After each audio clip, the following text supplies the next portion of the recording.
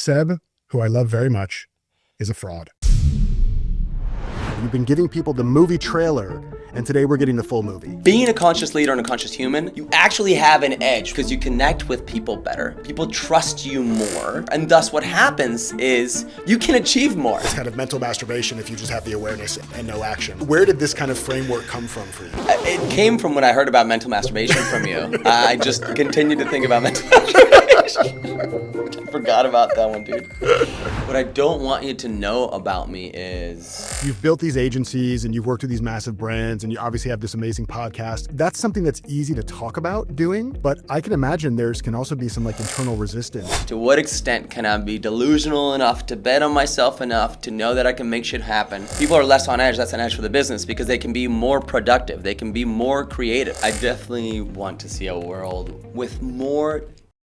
Welcome to Aware with Seb, a globally ranked podcast about leveling up your mind, business, and life. I bring you experts, artists, and CEOs.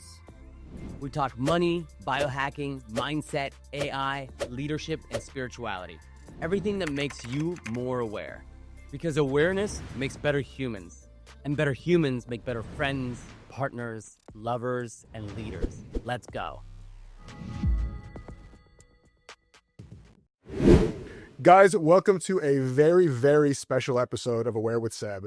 And this is going to be a kind of a challenge, if you will. My name is Jason Goldberg. I am turning the mic today on Seb. I am hijacking the episode because I have something very important to tell you guys.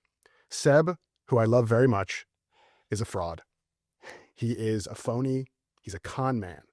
And let me tell you why Seb is a phony and a con man. It's because for 6 years, he's been interviewing people and extracting their wisdom and creating these amazing transformational insights and experiences for all of you. And all the while, he had all this freaking wisdom of his own to share that he hasn't been sharing. All the things he's developed, all the things he's figured out, all the frameworks he's put together. He's been holding back from you, and I'm sick of it, bro. I'm not going to let it happen anymore. You've been giving people the movie trailer, and today we're getting the full movie, okay? So you're going to definitely want to listen to this because you're going to hear things about Seb that nobody probably knows about him and probably will embarrass him, I hope. Seb, how are you feeling about this thing now that you have no idea what I'm going to do and no idea that I was even going to say what I just said? How do you feel about this experience? I'm just wondering, how did I land such an epic friend and person who just can say shit like that? Who can do that? Only you, bro. I'm so stoked that we're doing this. This is fun. I started sweating a little bit, but I'm good to go. I think it's actually the actual temperature, but I'm a little crispy in here. I did that as well. I told him to turn the heat up. Yeah, I have a little cooler underneath my chair for me, but just not for you. Yeah, perfect. Yeah. Dude, I am excited to have this conversation. And you and I talked about this, and it's, you really do such an incredible job of bringing on amazing guests and just asking such insightful questions. And I love the way you engage them. And I love the way you pull out the best of them and get us to fall in love with them and their work and everything else. And I want people to have that experience of you as well. They already love you, of course, and your wisdom comes through in the interviews. But today, I really want it to be about you. And I know that's probably a little uncomfortable for you on your own show. That's why I'm asking, how do you feel about the mic being turned around today? It's really strange. It was strange walking in here without anything prepped. I was like, where are my notes? I was like, what am I? And then I was like, oh shit, should I have prepped something for myself? And I was like, no, we're just going to raw dog it. Yeah, you got this, bro. It's going to be fucking amazing. And I appreciate you for doing this. This is great. I'm honored to do it, man. So we're going to start with a little bit of some rapid fire, right? Just to get us started, okay? So I want you to complete these sentences in whatever comes to your mind, top of mind, okay? All right, so most people think awareness is blank, but it's actually blank. Most people think awareness is woo-woo, but it's actually just curiosity and opening your eyes. Yeah. Beautiful. Next one is the biggest lie we tell ourselves about success is blank.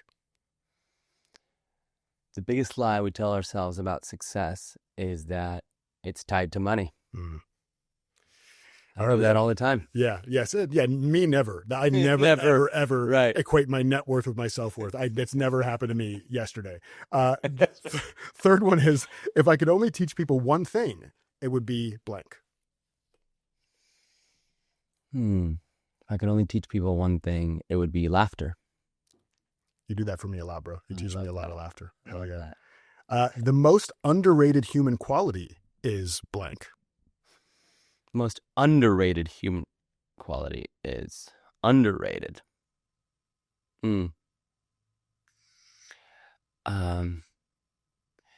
Like calmness, equanimity. I think it's a bit boring on the outside, but it's being able to remain calm and equanimous, which are not quite the same, but you know. Yeah, that's fucking solid. I'm still working on that myself. And the last one is I'm most myself when blank. I'm most myself around people like yourself, this is why it's good we're doing this. I'm most myself a lot of the time, actually. It kind of gets me in trouble, Jason.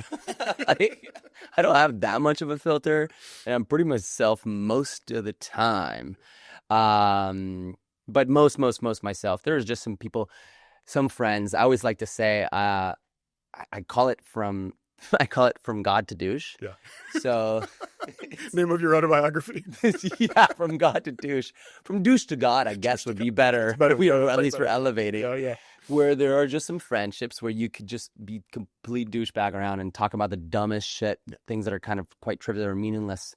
And then to just everything in between that, to like relationships and money and business and friendship, all the way to, you know, God, spirituality, the meaning of life, and all these things. So when you can start from the douchiest things to all the way to God, and I feel the most myself in those relationships because I feel that that's kind of how I am, and that's what I love, the whole breadth of everything. It's not just one thing for me. Yeah.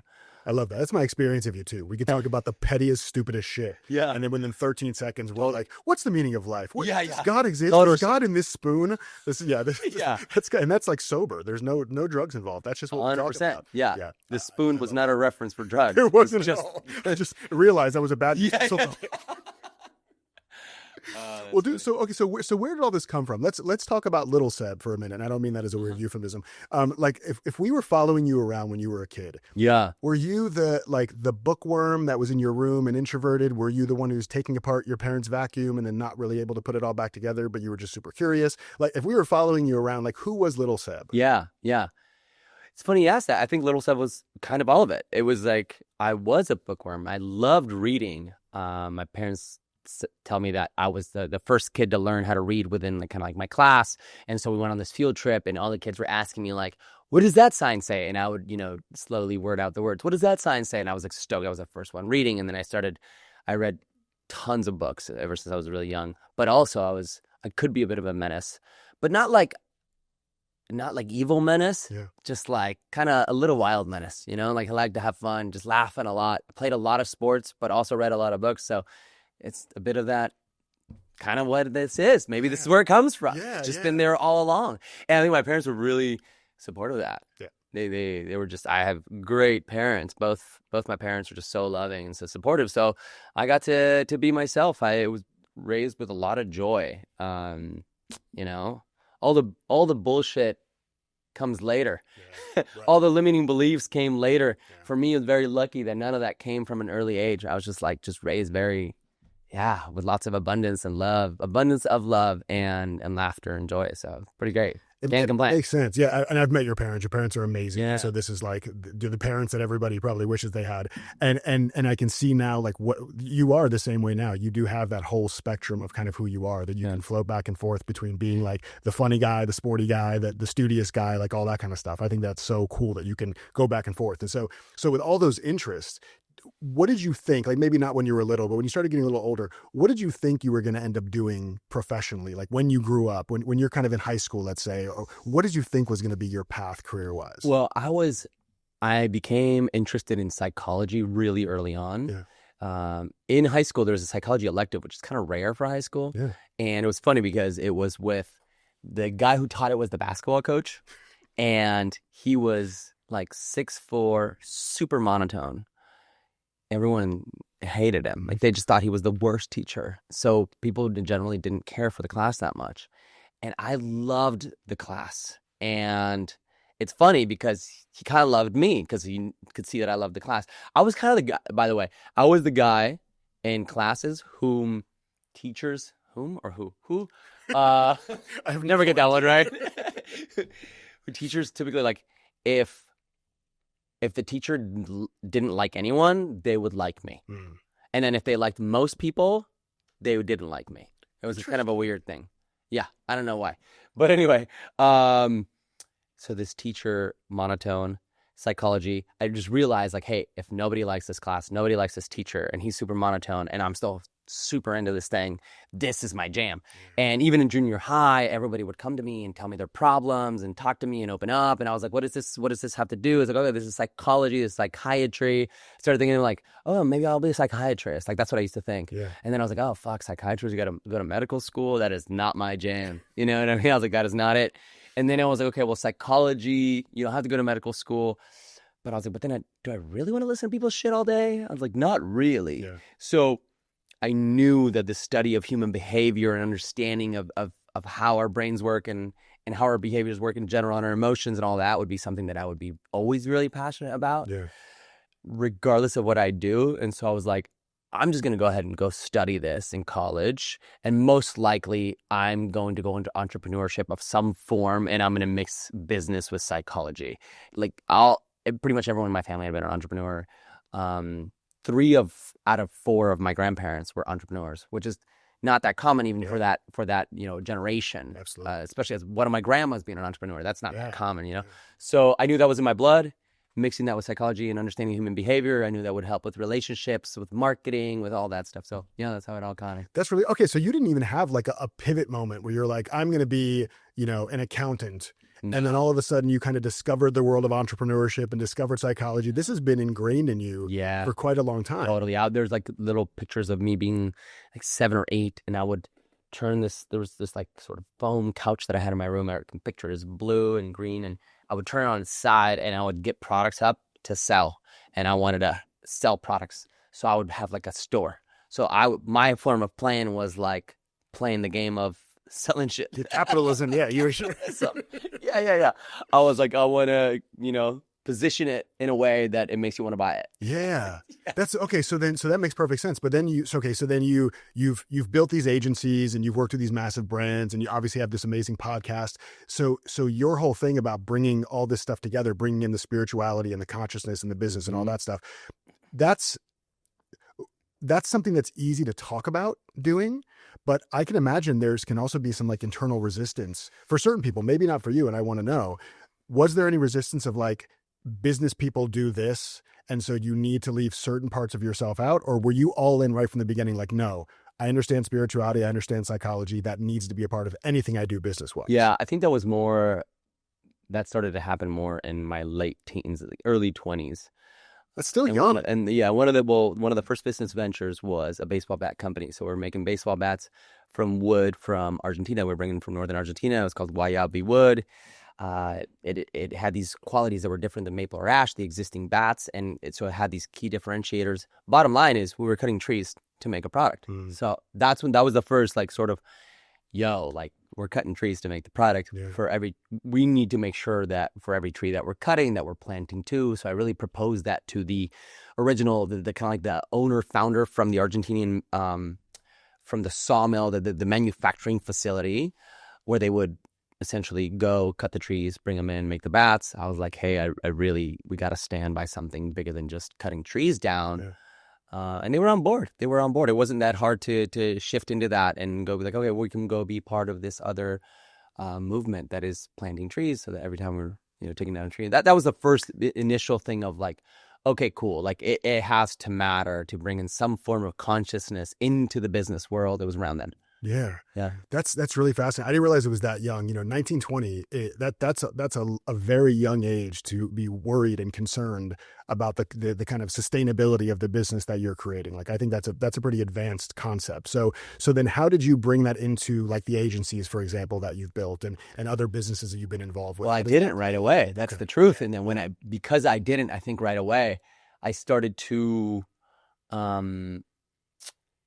feel a little bit unfulfilled sometimes and being just kind of like meh. I'm like, okay, well, how come I'm sometimes feeling not that engaged, not into this? I've built this agency. We built this remote business before things were remote, right before the pandemic. And it was great. I could travel, I could do things.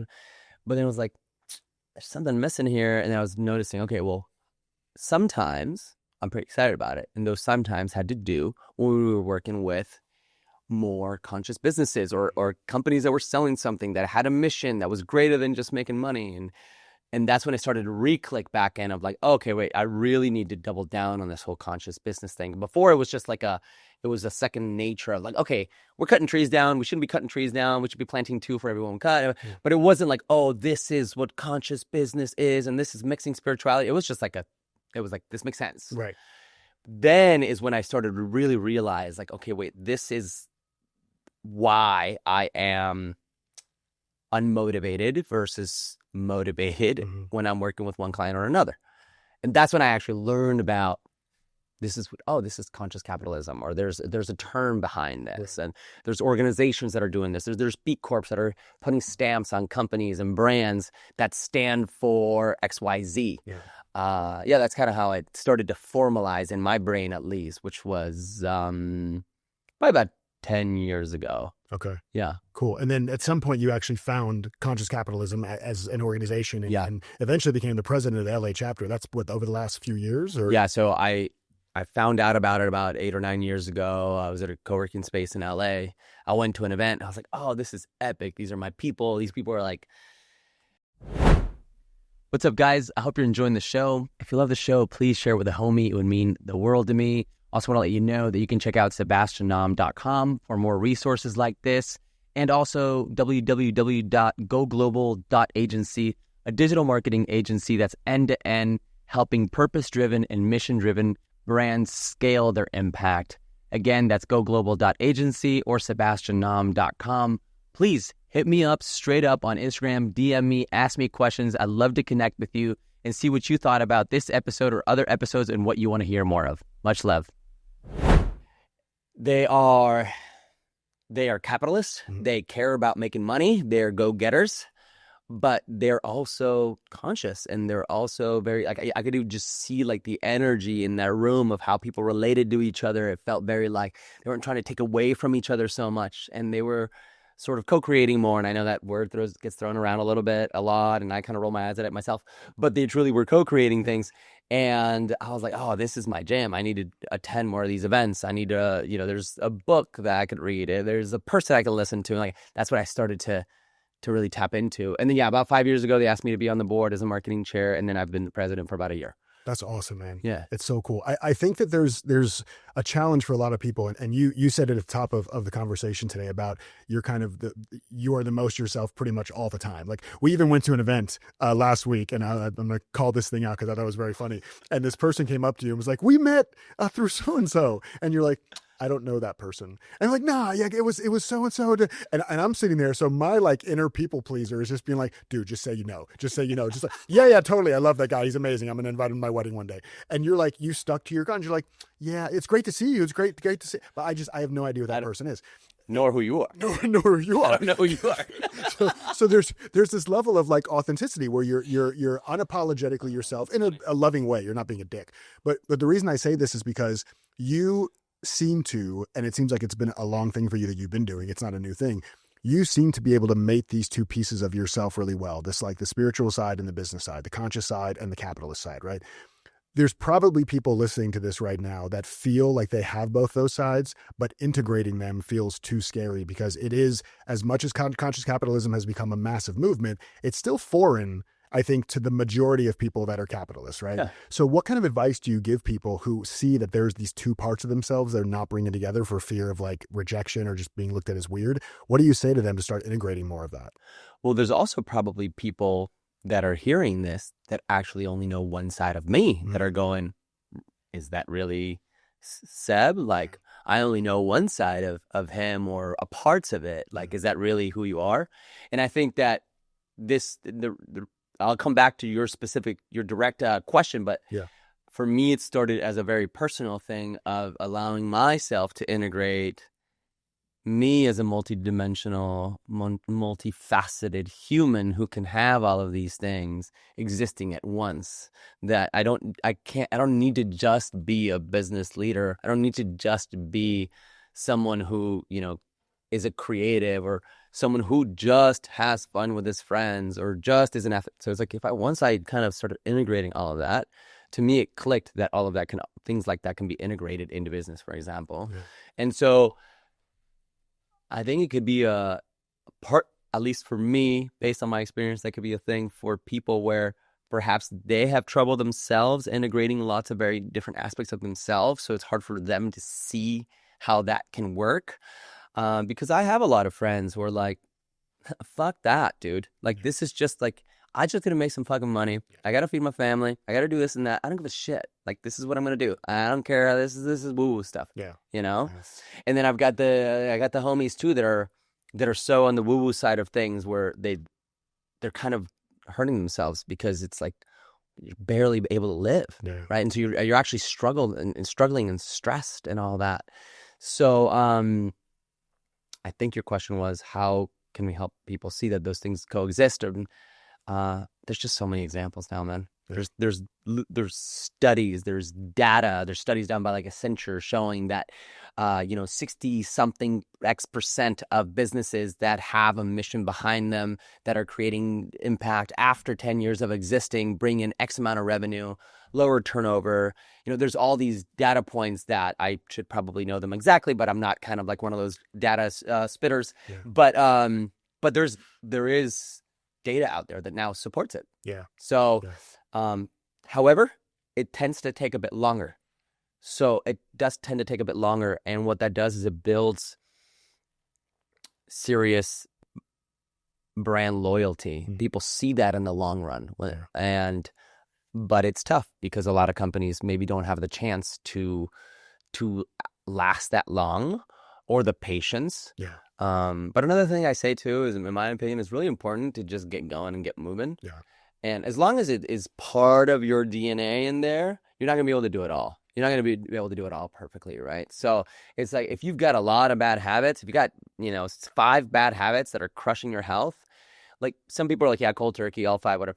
But a lot of times it's like, well, why don't you start like cutting one out, Yeah. So I think it's the same thing with business too. It's like, if you were just really rough on everything, if you're rough on the environment and you're rough on your employees and your stakeholders and you take advantage of your clients and all this stuff just to maximize profits, like, I'm not saying you got to go, kumbaya and go have your business, do some ayahuasca and come back and change everything, but start with 1 or 2 things, right? Start shifting things. Yeah. I love that. Baby steps. Yeah. Progress over perfection. Dude, and you said something on my podcast, which, by the way, most listened podcast in 2024. Well, hopefully this will be the most. We'll see. Yeah, we'll see. Yeah. Yeah. In 2024 was Jason Goldberg. And you said that, dude. I mean, you said you lost, I can't remember how many pounds you lost at the time. 130. Yeah. 130 pounds. Yeah. But you only lost 1 at a time. That's true. Yeah, 1 pound. Yeah, it was 1 pound 130 times. 1 pound 130 times. That is fucking fire. And it's just, that just helps, like, right? Yeah. De-stress, slow down, the snow globe. Yeah. I think you're absolutely right. I think there is a tendency, I know in my life and a lot of the people I know, that if something needs to change and it feels like it's such a fundamental thing like that, it feels like you have to completely wipe the slate clean and start from scratch. And that's like, fuck, that's overwhelming, man. And then you won't even start at all. So in some respects, these companies who really suck at being terrible at everything, they're in the best possible position because they have so many things they can choose from just to test, to see how it is. And I also think, and I'm curious your experience of this, especially when it comes to like, let's say like the vulnerability part and being kind of more open and showing more of your woo-woo or spiritual side. I have this sense that everybody or the majority of people want to do that, but nobody wants to go first, right? Everybody's afraid if they're the ones that go first and they'll somehow be like ostracized or something like that. Do you see that as well? That like once one person in like a circle mentions something kind of maybe pseudo-spiritual or pseudo-conscious, other people are like, yeah, that's actually a really good idea. Like, have you seen that? This is why a business leader has a conscious edge when they consider this, because when they show that vulnerability or they show that they have that side as a leader, then everyone else falls into place and can be that way as well. Then the whole organization wins because everybody comes from a place of, first of all, more peace. They're more relaxed, right?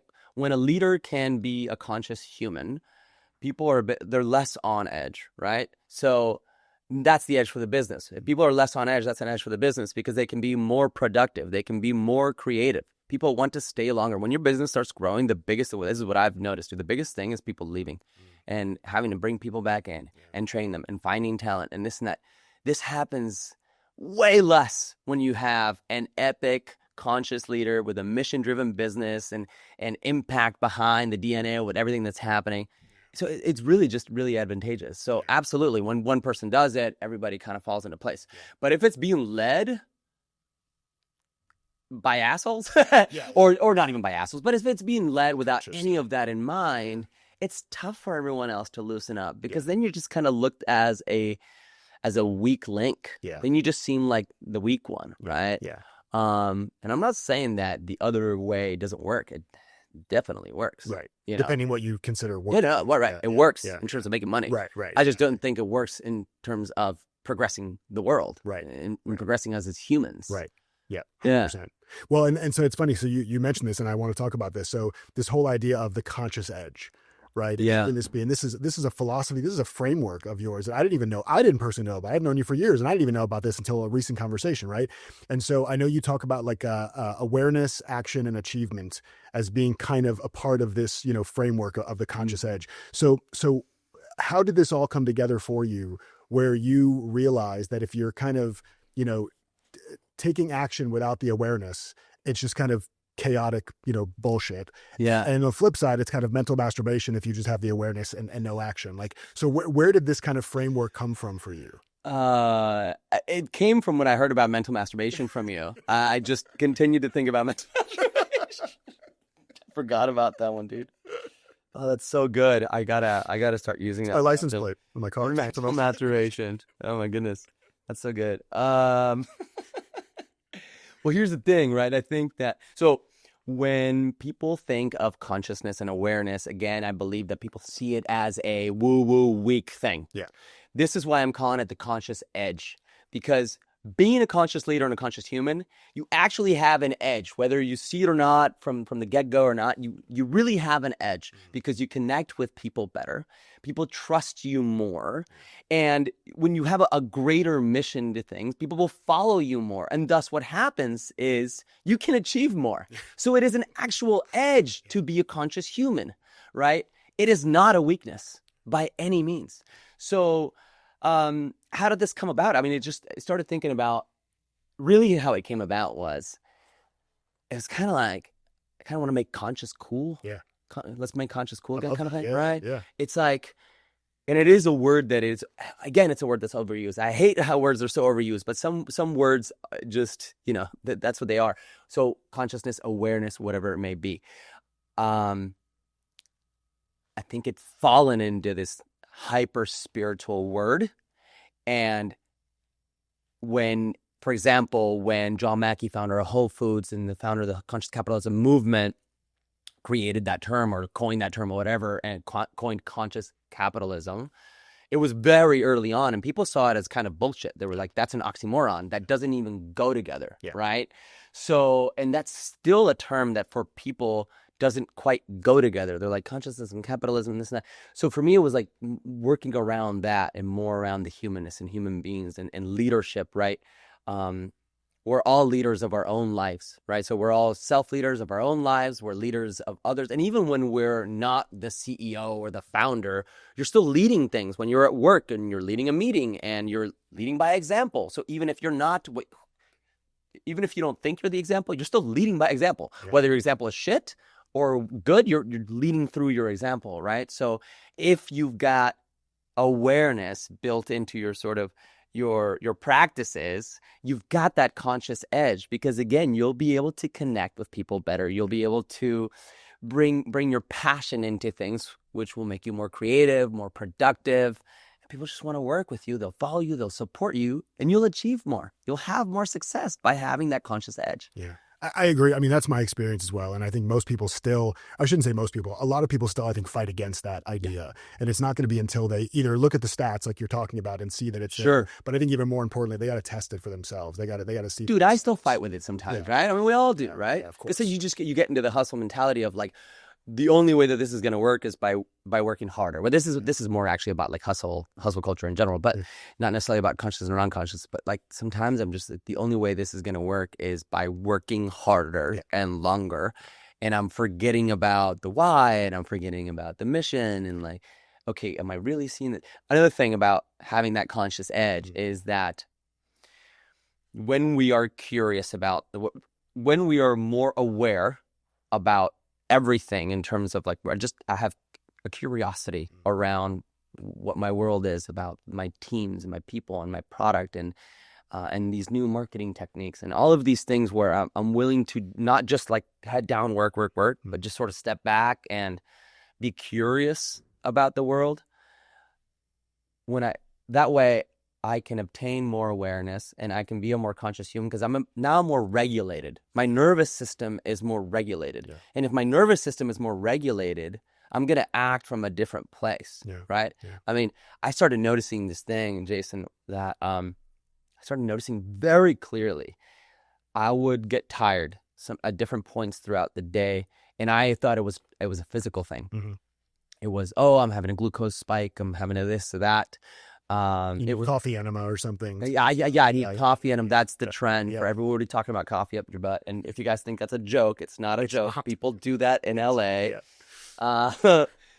But yeah, it was like, is it the coffee? Is it like, should I be having more functional mushrooms? Is it because I ate the carb before the leaf? You know what I mean? It's like, I need to eat the arugula before, this. And which, by the way, all that stuff is real, but very real. But I would also notice that there are tons of people that actually eat like shit and sleep like shit, and somehow they're really energetic. And I was like, wait, how does that work? And for me, what started happening is that I started noticing that when I was just really doing something that I didn't stand for or really didn't want to do it, not because it was just hard necessarily, but just because I just didn't feel aligned with what I was doing, I would get really tired. So I started noticing that often I would take naps. I would need to take power naps. Mm-hmm.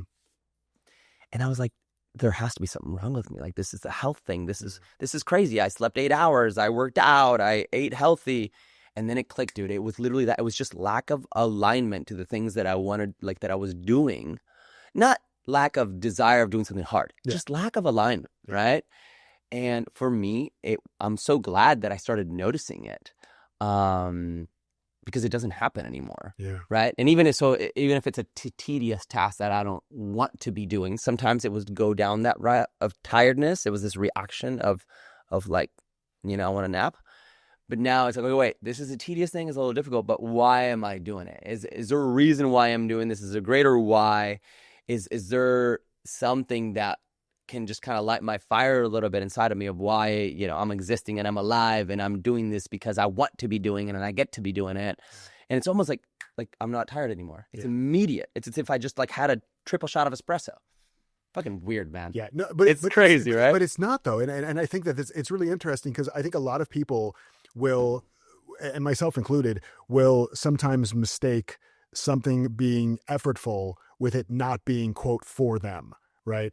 And so is that something you do as an intentional practice? Like, do you follow the feeling? If the feeling is drained, do you then have a dialogue with yourself about, am I actually physically tired? Am I in resistance to doing hard or effort for work? Or am I just completely out of alignment with what it is? Because does that become an intentional thing? That's now become a thing. Okay. Absolutely.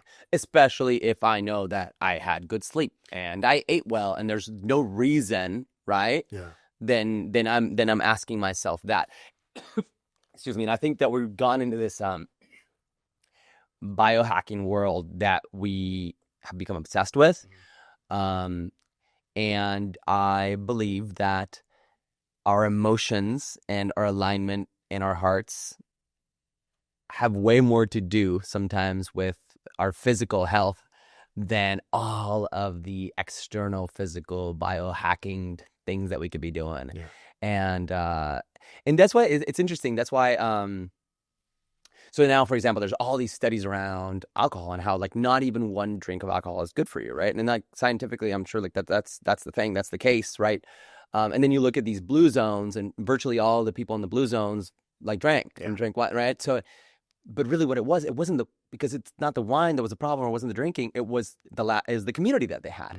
So it was like, yes, it was the food, yes, it was the environment, but the community is what kept all these people alive for, over the course of history. Yeah. Because they're so tight knit. Yeah. And it's one of those things too with like bereavement, right? It's like when people are older and they have, very tight in a couple, and then one person passes and they don't have anyone left. They tend to pass within 6 months. Yeah.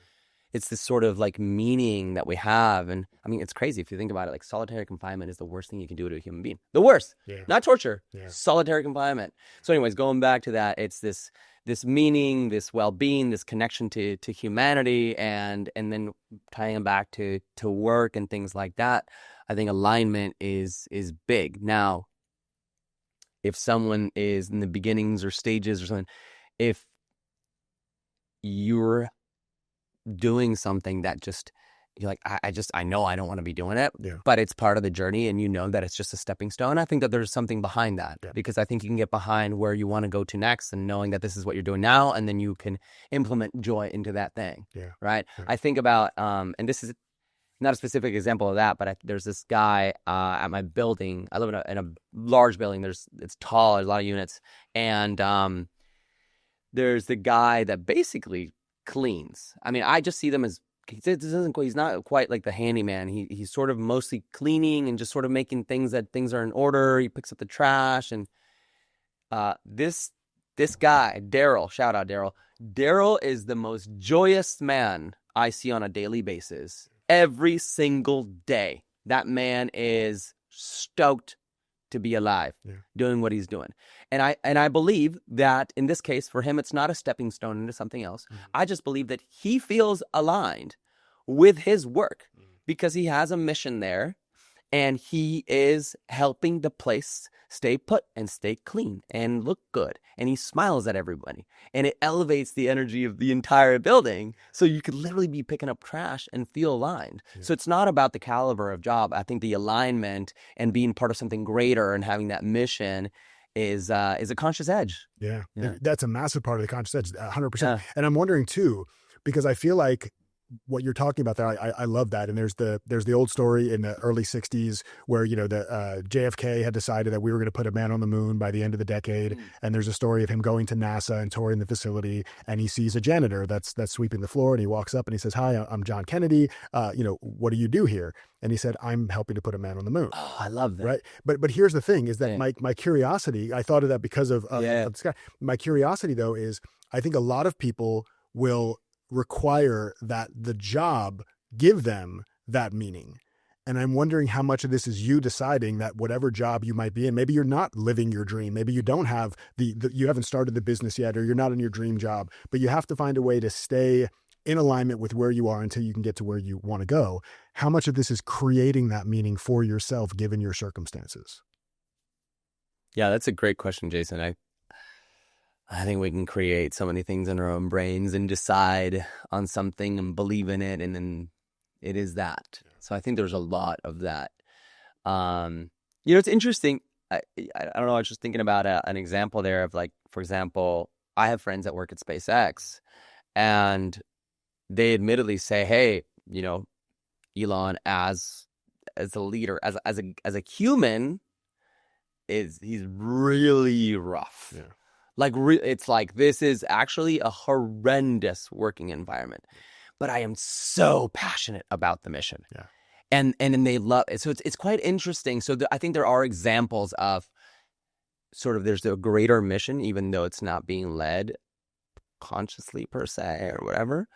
I don't think it's the majority of examples. Sure. But yeah, I think you can attach your own meaning, and you can sort of create that meaning and mission. If it's interesting, I do believe that there are more and more businesses and brands and workplaces that do that for people, that can do it for people naturally without them necessarily having to create it.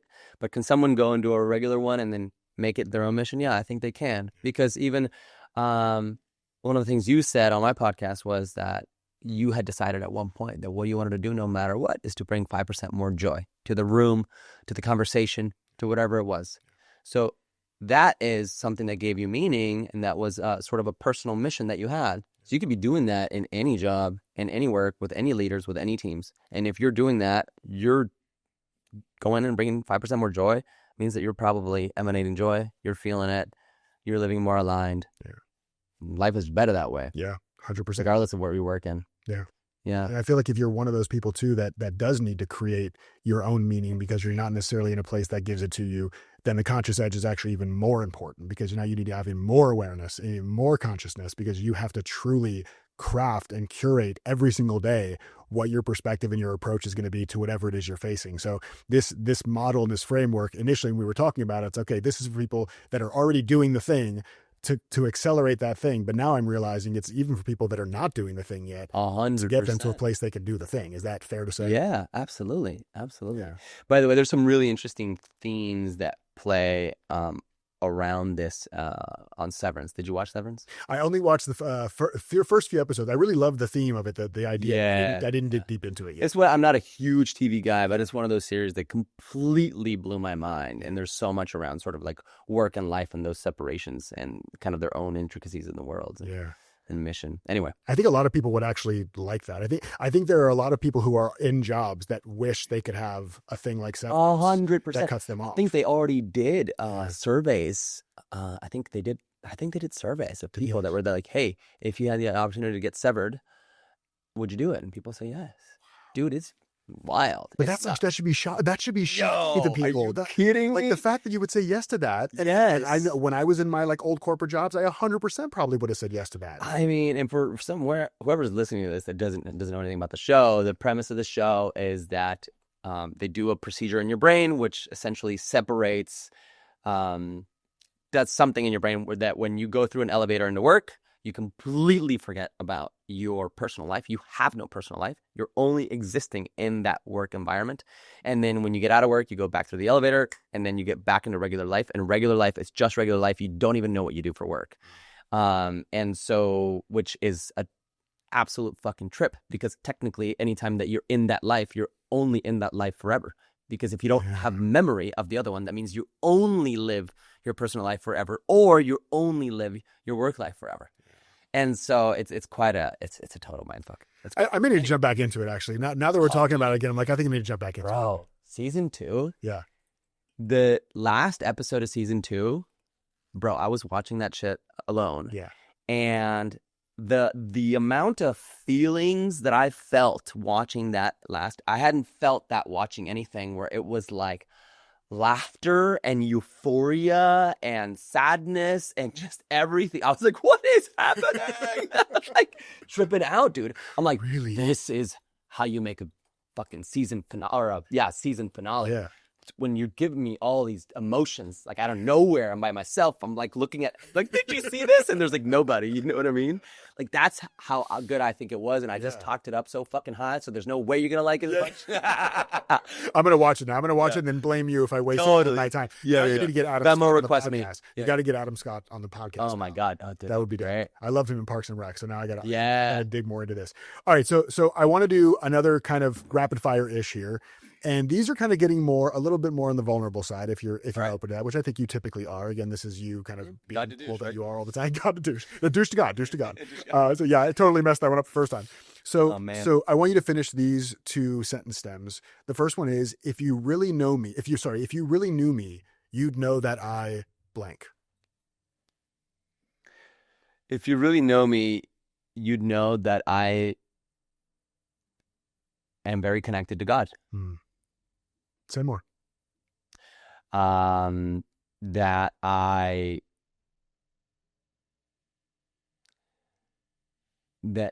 the older I've gotten, I think perhaps the bit further away from structured religion I've gotten, the more I've gotten, the closer I've gotten to God, and the more I communicate with God and mix prayer with meditation and things like that. And it's I don't see it as a God as like this one thing or human or like guy or girl or anything. It's just sort of this oneness, this magic that is happening out there. I mean, we're so fucking small, is insane. It's so wild, dude.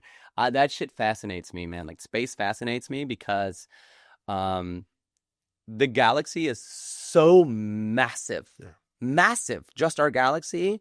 You know, there's this whole, what's this whole thing that's happening right now? There's something going across our galaxy. There's no, Yeah. it's Alta or something. Yeah. I think, anyway, I can't believe I'm blanking on that. But anyway, so it's at the edge of our galaxy. So we cannot tell. We don't know what it is, right? Because it's so fucking far that we don't know what's actually flying through the galaxy, but we know that it's nothing from our galaxy because of the way that it's got a flight pattern. So it could be a comet, it could be an alien, it could be a spaceship, whatever. Yeah.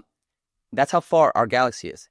And I believe there are trillions of galaxies. Yeah. Sounds about right. Yeah. I think something like crazy.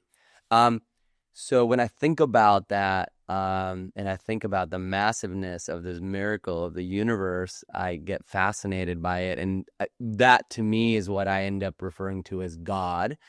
And also God being sort of like inside, God being you and me and everything else. So I think that's, if you really knew me, you'd know that I think about this stuff a lot. I love that, man. Yeah, man. Yeah. There's a woman named Nancy Klein, and she wrote a book called Time to Think. And she says in there that she's not talking about it in the realm of spirituality or God, but it just came to mind as we're having this conversation, that we are, as humans, we are both essential and irrelevant. And being able to hold that dichotomy of like, because I think if we go too far into the like, we don't mean anything, then what's the point doing? Yeah, totally. So it's like, we are essential. Whatever we are doing on this planet, it is essential that we do it. And in the grand scheme of things, we're a speck of fucking dust. And I think that's that's an interesting one. Yeah. It's a really, and it could be a tough one. Yeah. You know? Tough, yeah. Because I've definitely gone down that route of the irrelevancy. Yeah. Of being passionately thinking about the vastness of space and the universe and being like, well, I literally don't matter. Right. You know? Right. But then you just turn it around. It's like when you're just in your head about like everything, it's like, literally, this doesn't matter. Yeah. Like Yeah. Right. It means nothing. It works both ways. Yeah. Yeah. And for me, lately, just continuing to remind myself that this absolutely doesn't fucking matter and that we're so fucking small. Like it helps me so much when I'm in my head about anything. It's like, yo, zoom out. Literally, I just zoom the fuck out. Like zoom out. Like Google Maps. The Earth starts to get smaller, then it goes to the galaxy and then I'm like, that my tiny ass little brain down there is worrying about some shit that I should not be worried about. Yeah. Like, Astronauts have that. It's called the overview effect. They do have that when they come back, Yeah. right? Yeah. They end up... Well, even when they're up there, they have this moment when they're up in space and they see Earth distant from themselves. They go, oh my God, all of my hopes, all of my dreams, all of my fears, all of my worries, all of my everything is on that little ball that's just floating out there. And a lot of them say they break down in tears. They just realize that like it all matters and none of it matters at the same time. Yeah. And I think the more that we can live in that kind of dichotomy, the happier our It lives. all matters and none of it matters. It's hard though, man. It's really fucking hard to do that because the world throws in your face all the time. It all matters. And so do it right, do it perfectly, do it now. But that's not having the conscious edge. That's not having awareness around any of this stuff. It's just kind of going with the flow of the masses instead of seeing what it is you stand for. So I think that it's so amazing that you always focus on that. Thanks, man. Second question here is, what I don't want you to know about me is? What I don't want you to know about me is that I get imposter syndrome all the time, that I'm also weak and that I cave, into a lot of the things that I wish I didn't cave to, into procrastination, into not being super healthy and being bad to my body and not believing that I can do shit that 95% of people believe more than I do that are on the outside. I'm just like, I think a lot of people sometimes are like, oh, like I'm going to prove everybody wrong because nobody believes in me. I got the opposite fucking thing, Jason. I'm like, everybody believes in me. And I'm like, fuck, I got to prove everybody right. It's like. I'm with you, bro. I'm the same way. Yeah. 100% get that. Yeah. Yeah. Oh, man. You being able to talk about that though, like the way, like you didn't even hesitate to share that about yourself. Yeah. Right. And to me, I think a lot of people think, and I know we talk about this all the time with authenticity, but that it's you're authentic unless it's really vulnerable to share something, and then you kind of hold it back. But you sharing that, to me, I hope for anybody listening to this who would look at you and say, Seb has it all figured out. And even, I mean, I'm a close friend of yours, and I know you well enough to know, like, you do have a lot of it figured out. And there are still moments where you don't have it figured out, and it's okay to not have it figured out, and it's okay to talk about not having it figured out. Yeah. And that's, nobody ever figures it out until they figure it out. And so like, I just appreciate you sharing that. I didn't know Thanks, what you were man. going to say to that question, Yeah. but I appreciate you sharing that. Thanks, man. Yeah. And it's something that, you shared with me not long ago in the midst of your journey of building your new business and this huge shift. And you doing that was like, it impacted me. When you were very vulnerable with me, showing me, without going into details, that you didn't have all your shit figured out. Yeah. I was like, oh shit, Jason doesn't have his shit figured out. I thought he's had his shit figured out all the fucking time. Yeah, man. You know what I mean? Yeah. And so it's so powerful. And so thank you for being like that with me and being vulnerable with me. Yes. And I was recording here yesterday, and I was on that side because I was interviewing. And I had this awesome guest. His name is Justin, and he's got 500,000 followers, and he works with celebrities. Like, he's got like this lot of fucking success. Yeah. And he also just was sharing the same thing, man. The same thing about imposter syndrome and not feeling ready for things and this and that. I was like, in my head, I was like, what? Yeah. I was like, no way. Yeah. So it seems like it's, I'm not going to say everybody, but it's probably most people. I think there are a few probably people, and it maybe tends to be sociopathic sometimes. So it feels like healthy sociology. Yeah, Sure. Well, like, I don't know if have you, speaking of serious, have you seen Super Pumped, which is the Hoover one? Yeah, it's great. God, Yeah. so good. Yeah. I'm just watching that now. Yeah. Is he a narcissist or is he sociopath? I've been struggling with that. Yeah. I think he could be a little bi. Yeah. He's bi-curious. Curious He's with both. Yeah. with the narcissist and sociopath. Yeah. Yeah, and it's like, and I think that for some people, and for some things to happen and to exist and evolve in humanity, those people are also needed. And we need, and sometimes being behind a leader like that, like, can be really exhausting and tough. But also, like, fuck, like, if someone's gonna take us to the moon, it's this person. If someone's gonna change that, it's this person. And I'm not saying it's very conscious necessarily, or it's very nice and kind to have around. But what I was getting at is that I think it's very normal that for most people, even when you're successful, to just have that in your head and not have it all together all the time, It'd be nice to be like Kanye and be just, minus the anti-Semitism, but like to just be just to be delusional enough to think like, yeah, I'm Jewish, by the way, I'm Jewish. But like, I saw an interview with him. It was an older interview, but he said, like, if the rap stuff and the producing stuff stopped tomorrow and he decided he wanted to go to the NBA, he'd be in the NBA. And the interviewer was like, you're not going to fucking go to the NBA. He's like, no, if I want to be in the NBA, I will be in the NBA. And it's like, there's a level of delusion there that I think is actually kind of cool. I wish I had more of it. Totally. But at the same time, I wonder what I would miss in my own humanity and in connecting with others if I was so delusional that I couldn't admit that I don't have anything fucking. Did you watch the Kanye documentary? I did, yeah. Incredible. Yeah, it was incredible because you get to see everything behind the scenes. It's all filmed. Yeah. And you kind of see that delusion start to set. But he was always, in a way, delusional about his capability. Right. He always bet on himself. And that's what I love about him. He always bet on himself, himself. which is wild, man. So it's an interesting balance. To what extent can I be delusional enough to bet on myself enough to know that I can make shit happen? Yeah. And at what point does it become unhealthy, right? Yeah. And I don't know. I don't have that answer. But most LeBron James of the world, they have to have a certain level of delusion to know that they can be the best. Yeah. I mean, to me, that actually is a part of and not apart from the conscious edge stuff you're talking about. I think having like, the awareness stuff is really important. And I think when you're taking the action, when you go to like the action and achievement kind of parts of it, I think you do have to bet on yourself, like, burn the boats, like, I'm going to make this happen no matter what. And the awareness part, make sure that like you stay in alignment with whatever it is you're building and stay the course. Yeah. I think you can have a little bit of help. Do you think it's more of like the Sasha Fierce thing then? It's like an avatar. It's like an alter ego. Rihanna, Shines Fierce, alter ego. You put on a suit, you put on this bracelet, you put this thing on, and now you snap into it. Yeah. Then you can come up and I can be this normal human. Yeah. That's another method. Yeah. Right? Yeah. Is that a Simon Sinek thing? No, it's Todd Herman. Oh, Todd Herman. Alter ego. And it's funny because his take on it is that Superman is actually the real person. And Clark Kent is the alter ego. Oh, interesting. Right? And that's so like cool. looking at us, and like the delusional-ish version of us, what if we're actually the superhero? That's who we really are. Oh, I love that. And then we turn into the mild-mannered whatever when we get in our own heads. That's dope. Yeah.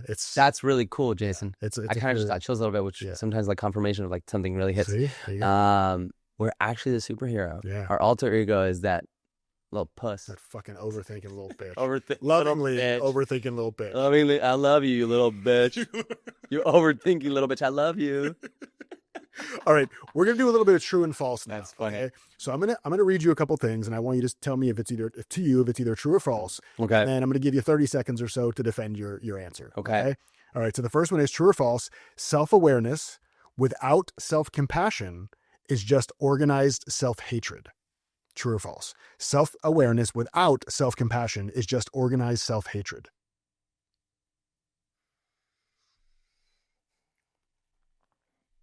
Read it again. Yeah. Self-awareness without self-compassion Yeah. is just essentially self-hatred. I think it's false. I don't think it's necessary. I don't think that's... I believe in self-compassion, but self-awareness is just simply an awareness and observation. And ideally we can have compassion, but I think that that statement kind of assumes that the awareness is going to be about something negative, and thus we have to have compassion. And thus, if we don't have the compassion, then it is, what was the last thing you said?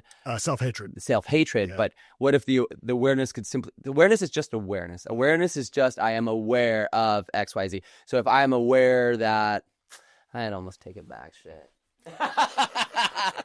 But if I'm aware that I am great at something, I don't know if we're used to having to have compassion about ourselves when we are good at something. Yeah. And thus, that's where I don't think it necessarily fits, because awareness can have the whole spectrum of positive to negative, and you may need the compassion, you may not need the compassion. So I'm not sure that it all necessarily ties to it. Well, I think what I'm actually hearing from you, which I didn't think about this until you were just saying this, is that I think what I'm hearing there is that self-awareness itself can be neutral. It can just be information. Exactly. Because you don't need to have compassion for information. So you don't always have to have compassion. It's just awareness, right? Yeah. Awareness is, you're just observing. Yeah. Right? We're in the observer. If we're up here, we're observing. And then as soon as we stop observing and we get into our center, like our emotions, and we come back here, right? Yeah. But if you're observing, just always up here. In order to have self-compassion about something, you got to kind of come back here. Yeah. And so now I'm like, give myself some love, very needed. Compassion around me not being good enough about whatever, or having the imposter syndrome or whatever. But the awareness is just sitting right here. Yeah. The awareness is, in fact, the awareness should be neutral. Yeah. The awareness should always be neutral at all times. Then you're assigning meaning. You're kind of getting out of the awareness, and now you're assigning meaning. Yeah. Yeah. So maybe what's more true is self-awareness does not equal self-judgment. Exactly. Right? Absolutely. Yeah. It's just pure awareness. Yeah. That's awesome. Just curiosity. Yeah. For me, awareness is just curiosity. I love that. Yeah, that's cool. Yeah. I love that answer, man. I didn't know that you'd go there. That's great. I got a little weird, but in a good way. True or false? Most people use spirituality as an excuse to avoid doing hard shit. To avoid doing hard shit? Yeah. They use spirituality as an excuse to avoid doing hard shit. Yeah. Like my soul doesn't feel in alignment with doing that work, so I'm not going to do it.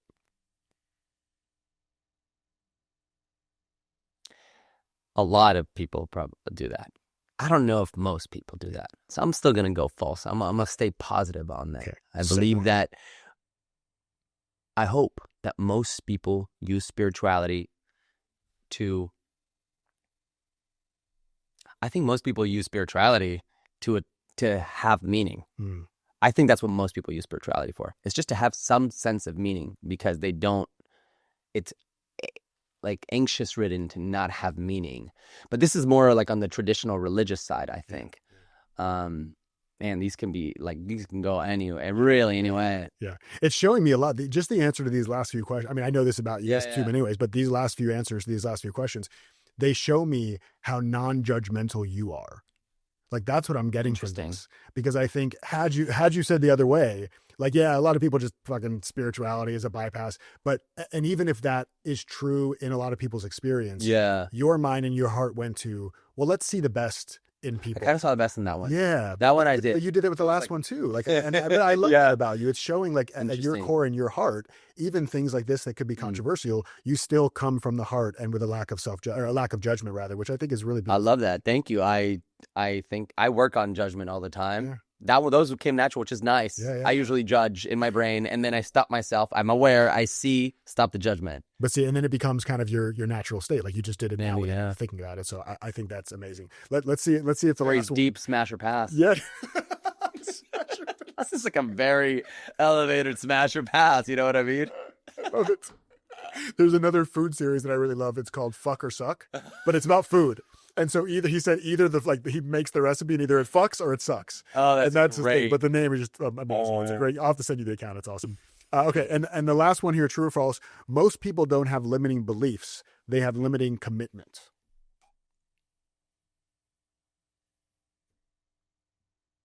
Most people don't have limiting beliefs. They have limiting commitment.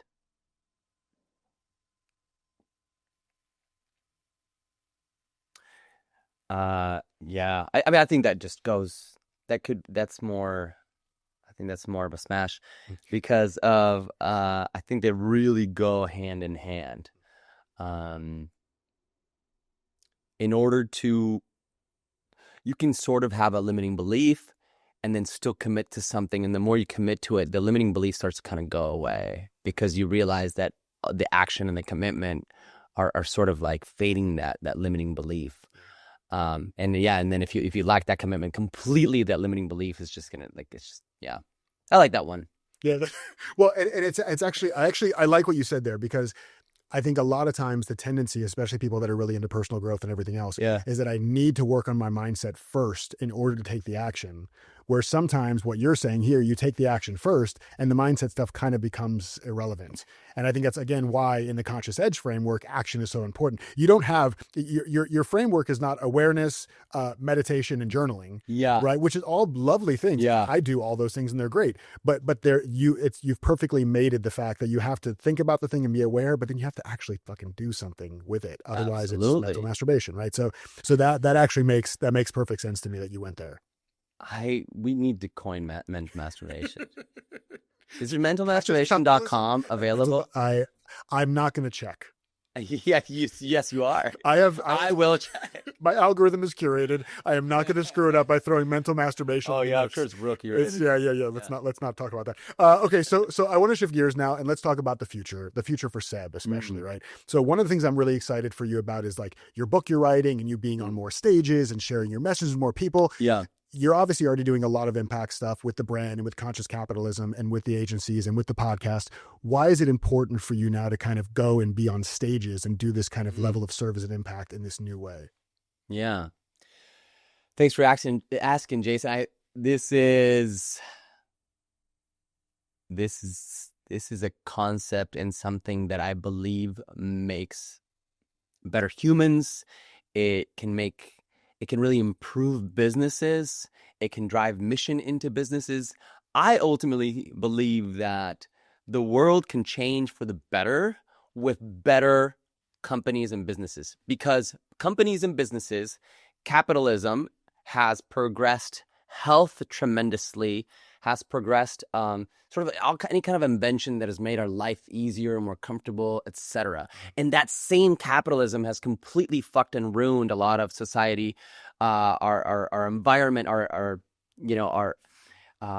mental health. There's all of these things that capitalism has completely destroyed, just as it has completely revamped and renewed and improved. So if we could really build more conscious business type models, I believe it's the true catalyst for bringing our earth back into more of a homeostasis, into having better relationships, more connected human beings, and just living a better life and improving our lives. I think that better humans make better businesses and make a better world. Right. Yeah. And so having a conscious edge as an entrepreneur, an intrapreneur, or a CEO, but just in general as a human being, as a leader, as a self-leader, is going to improve everything around you. It's going to improve businesses. It's going to increase creativity, productivity, lessen turnover, and all these things in mission-driven companies and movements make the world a better place. So I believe that, and I think that I know that I have a different voice. I'm a bit we all have different voices. We all have unique voices, right? And my voice is a bit less traditional corporate type thing, right? So I think I'm a bit edgier personally than most of the people are going to be going on stage and giving a talk and talking to a leadership group or a big stage on a keynote to a company end of the year event or whatever it is.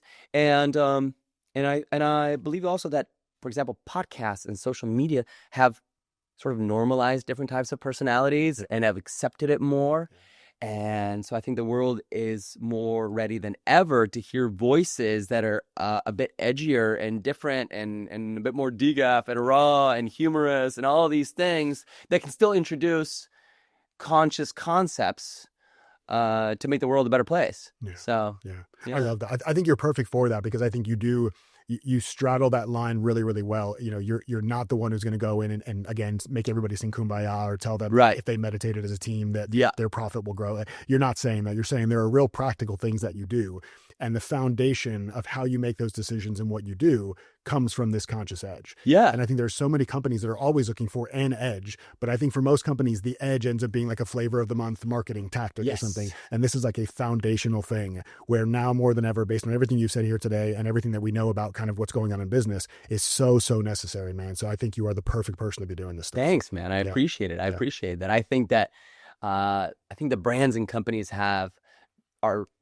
they've become more edgy than ever and funnier than ever, and they have these personalities, and they can be cheeky and they can say ridiculous shit and they post crazy stuff on social media, and people really resonate with humor and cheekiness and edge. And so I think I know that if we have leadership with more of an edge and more of a personality, and that's mixed in with a conscious edge, we create better workplaces, better work environments, and just it's a better world, bro. I love that shit. Yeah, man. That's amazing. All right, dude, last question.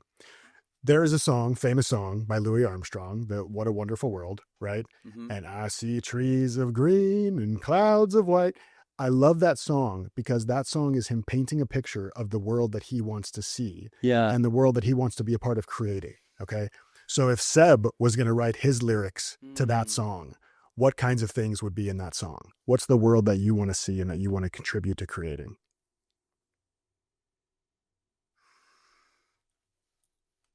I definitely want to see a world with more laughter, way more laughter, with more dancing, with more time, with way more time to connect with our friends and our families and with nature. Time is going by so fast, and obviously as you get older it's a thing, but technology and AI and all these things is so fast. I just want to see a world where there's more laughter, there's more space, there's more time to connect, there's more time to laugh and dance and drink wine in a blue zone. Bro, sign me up. Sign me up for that world, bro. I love it. I feel like you are contributing to building that world now, and I'm so happy that you are doing it because you're an amazing human who I love so much. And this conversation, I hope people listening to this have gotten a real sense of you they haven't gotten before. The promise to the audience was that they would really get to know you, and I think we delivered, man. I really appreciate everything you shared, and you're such an incredible human. For people that are listening to this, you already know where to find them because you're here already.